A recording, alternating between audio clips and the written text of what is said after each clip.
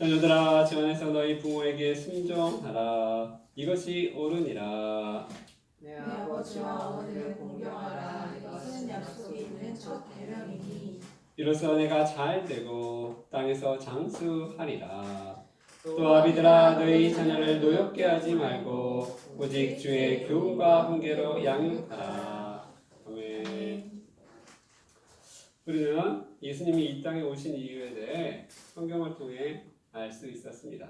바로 우리의 죄 문제를 해결하시려고 오신 것이었습니다.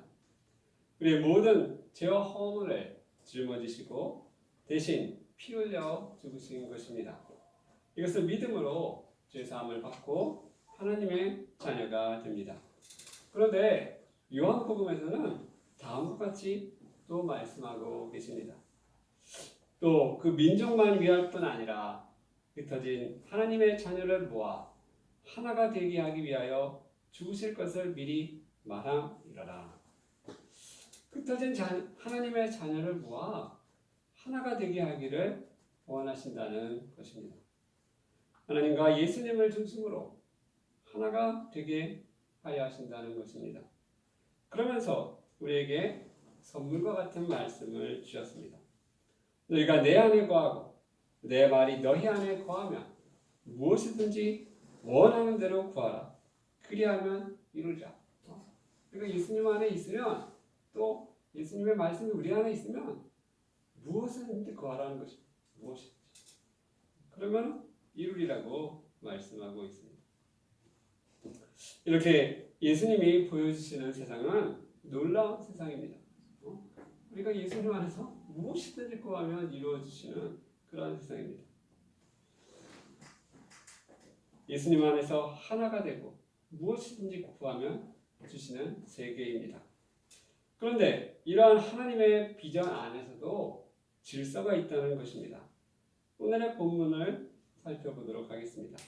1절 같이 합독해 볼까요? 시작. 자녀들아 주 안에서 너희 부모에게 순종하라. 이것이 옳으니라.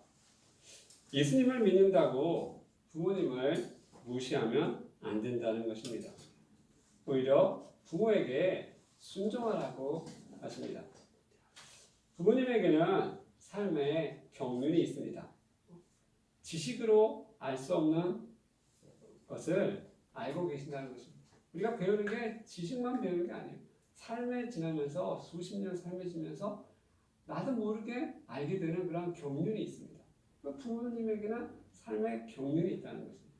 그리고 부모님은 자신의 자녀가 잘 되게, 나쁜 길로 가지 않게 잘 되게 인도하려고 하시고 또 아낌없이, 아니면 꺼서라도 이렇게 아낌없이 주시는 분이신 것입니다. 그래서 부모에게 순종하라. 이것이 옳은 것이라고 말씀하고 있는 것입니다.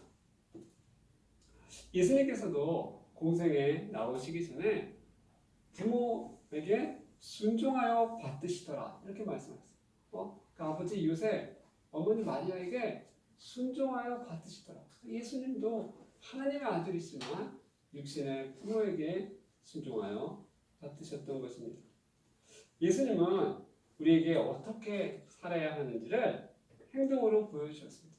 사실 그 여러 가지를 설명할 때 막 설명서 보고 하면 굉장히 어려워요. 그러나 뭔가 이렇게 한번 보면 이렇게 하는구나. 그런 수십 페이지의 설명서가 필요 없게 되는 것입니다. 그러니까 예수님도 삶으로 너희들 이렇게 살아야 돼.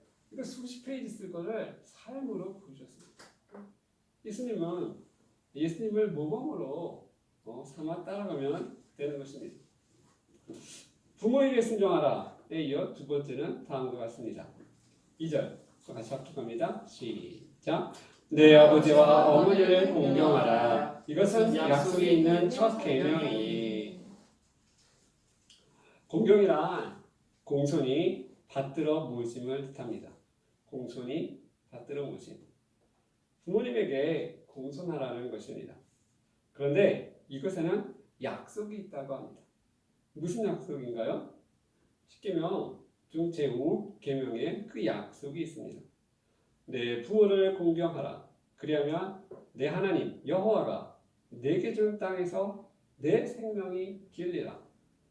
부모를 공경하면 장수한다는 것입니다. 뭐 산삼을 먹어야 인삼을 먹어야 장수하는 게 아니라 부모를 공경하면 장수한다는 것입니다. 제 3절에 이를 더 풀어서 말씀하고 있습니다. 우리 또 3절 같이 앞으로 갑니다. 시작. 이로써 내가 잘 되고 땅에서 장수하리라. 부모를 공경하면 잘 되고 장수한다는 것입니다. 소위 성공한다는 것입니다. 잘 되고 장수한다. 성공한다는 것입니다.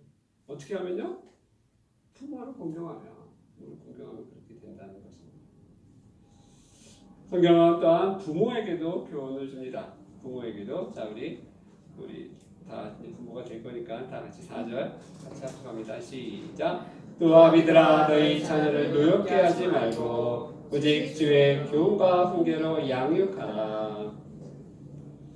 특별히 성경에서는 아버지들에게 말씀하고 있습니다. 아비들아 여기 보면 다 영어 성경에 father로 돼 있어. fathers 아비들아. 자 아버지가 자녀에게 할 일이 오직 주의 교훈과 훈계로 양육하라 라는 말씀입니다. 현 시대에는 아버지의 자리가 거의 없어졌습니다. 아버지의 자리가 없어졌습니다. 그러나 자리가 없어진 것이 아니라 역할을 잊어버리고 있습니다. 아버지의 자리는 자녀를 말씀으로 양육하는 것이라고 성경이 말씀하고 있기 때문입니다. 이걸 잊어버려갖고 아버지가 어디 있어야 될지 위치를 알지 못하는 것입니다. 이에 따라서 어머니도 자녀를 양육하는 것입니다. 그런데 자녀들에게 너무 무리한 요구를 해서 노엽게 하지는 말라고 말씀하십니다. 노엽게 하는 것은 분개시키다, 화내게 하다, 이렇게 하지는 말라는 것입니다.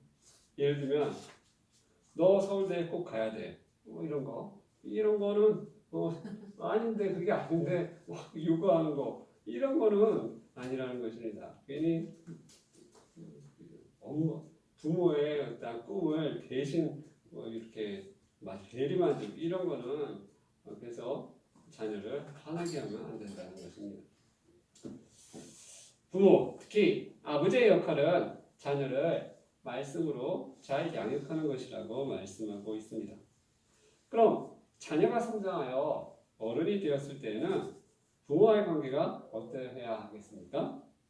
에베소서의 말씀에서는 자녀가 어릴 때나 성장했을 때나 모두에게 적용되는 말씀입니다. 그런데 특히 성장했을 때 요청되는 말씀이 있습니다. 디모데전서 5장 4절에 다음과 같이 말씀하고 있습니다. 만일 어떤 과부에게 자녀나 손자들이 있거든 그들로 먼저 자기 집에서 효를 행하여 부모에게 보답하기를 배우게 하라. 이것이 하나님 앞에 받으실 만한 것이니라. 여기 효, 여러분 우리나라 예전부터 이렇게 효가 이렇게 중요시되는 그러한 세상이었습니다. 그런데 현대 와서 거의 잊어버렸어요. 효 잘 들리지도 않습니다. 그런데 성경에 효가 나와 있어요. 효가 자기 집에서 효를 행하게 하라고 말하고 있습니다. 부모님이 나를 키워 주셨으니 커서는 돌봐드리는 것이 인지상정인 것입니다. 이 효하면 생각나는 사자성어 뭐가 있을까요? 반포지. 그렇죠. 반포지효. 돌이킬 반, 먹이를 포. 돌이켜 이제 까마귀가 이 까마귀에 대한 고사성어입니다. 까마귀가 어렸을 때는 어머니가 다 먹을 걸 먹어다 주지만 커서는 어머니가 힘이 없어서 잘 먹이를 못 잡으니까 돌이켜서 어머니를 먹여주는 그러한 효성이라는 것입니다. 까마귀 새까맣다고 너무 미워하지 말고 이런 부모에게 먹이는 그런 마음도 있다는 거예요. 이것은 진나라 중국 진나라 무제의 그 무제라는 그런 왕이 있었습니다. 그가 이제 이밀이라는 신하에게 이제 마음에 들어서 이렇게 관직을 더 높이 주려고 그랬어요. 근데 그 이밀이 저는 이제 그만 관직을 이제 사양하고 지금 낙향 고향에 내려가겠습니다. 그러자 그 무제 왕이 어머니 불사이군이라 했는데 두 임금을 섬길 수 없다 했는데 왜 내 말을 안 듣느냐 이렇게 막 따지면서 화를 내는 것입니다. 그러자 그 이유를 말하는 것입니다.